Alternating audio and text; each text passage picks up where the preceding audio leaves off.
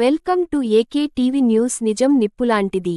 కడప జిల్లా ప్రొద్దుటూరు జిల్లా హాస్పిటల్లో పారిశుద్ధ్య మహిళా కార్మికులు దాదాపుగా 60 నుండి 65 మందిదాకా దాదాపు గవర్నమెంట్ హాస్పిటల్లో పనిచేస్తున్నారు.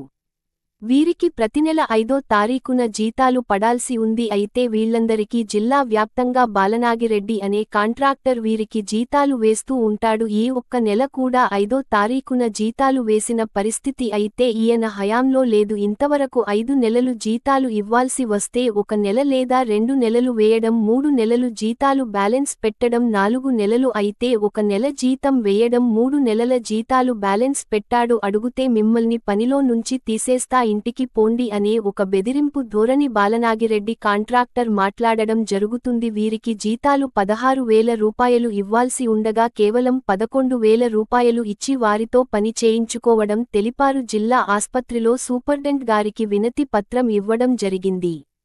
అయితే ఆయన నేను బాలనాగిరెడ్డికి ఫోన్ చేసి మాట్లాడుతున్నాను, ఈ నెలలో వేస్తామని చెప్పాడు అని కార్మికులకు చెప్పడం జరుగుతుంది. పనులైతే విపరీతంగా వారి చేత పనిచేయడం జరుగుతుంది. జీతాలు అయితే సక్రమంగా ఇచ్చే పరిస్థితి లేదు. పీఎఫ్, ఈఎస్సీ కూడా డబ్బులు యాజమాన్యం కొంత వేయాలి. కార్మికుల జీతాలలో కొంత అమౌంటు కూడా కార్మికుల అకౌంట్లో పడుతుందా లేదా అనే మెసేజ్లు కూడా వారికి వచ్చే పరిస్థితి లేదు. అసలు పీఎఫ్ కర్త అనగానే పరిస్థితి అయితే కూడా తెలియదు. అడుగుతే బెదిరింపు ధోరణిలో అక్కడ ఉన్నటువంటి సూపర్వైజర్లు కూడా పని చేయించుకుంటున్నారు గాని జీతాలు అడిగితే బాలనాగిరెడ్డికి లేనిపోనివన్నీ చెప్పి బెదిరించడం జరుగుతుంది. మహిళా కార్మికులు ఎవరికి చెప్పుకోలో ఏం చేయాలని అర్థం కాని పరిస్థితిలో ఈరోజు పనులు చేస్తున్నారు. సిఐటియు జిల్లా కార్యదర్శి సత్యనారాయణ గారు, సిఐటియు పట్టణ కార్యదర్శి విజయ్ కుమార్, గవర్నమెంట్ హాస్పిటల్ బాధ్యులు ప రాఘవేంద్ర, అక్కడున్నటువంటి పారిశుద్ధ్య మహిళా కార్మికులు సూపర్డెంట్ గారిని కలిసి ఈరోజు వినతిపత్రం ఇవ్వడం జరిగింది. 1 వారం లోపల జీతాలు ఇవ్వకపోతే ఆందోళన పోరాటాలకు సంసిద్ధమవుతామని, అలాగే జిల్లా కలెక్టర్ గారికి వినతిపత్రం ఇస్తామని ప్రెస్ మీట్లో మాట్లాడడం జరిగింది. ఈ కార్యక్రమంలో మహిళా కార్మికులు కళావతి, రత్నమ్మ, లక్ష్మీదేవి, దుర్గాదేవి మరి కొంతమంది పాల్గొనడం జరిగింది. మరిన్ని వార్తల కోసం చూస్తూనే ఉండండి మీ ఏకే టీవీ న్యూస్. నిజం నిప్పులాంటిది. గవర్నమెంట్ హాస్పిటల్లో దాదాపు 4 నెలల నుంచి జీతాలు లేవు. వాళ్ళు చేస్తున్న పని చాలా కష్టమైన పని.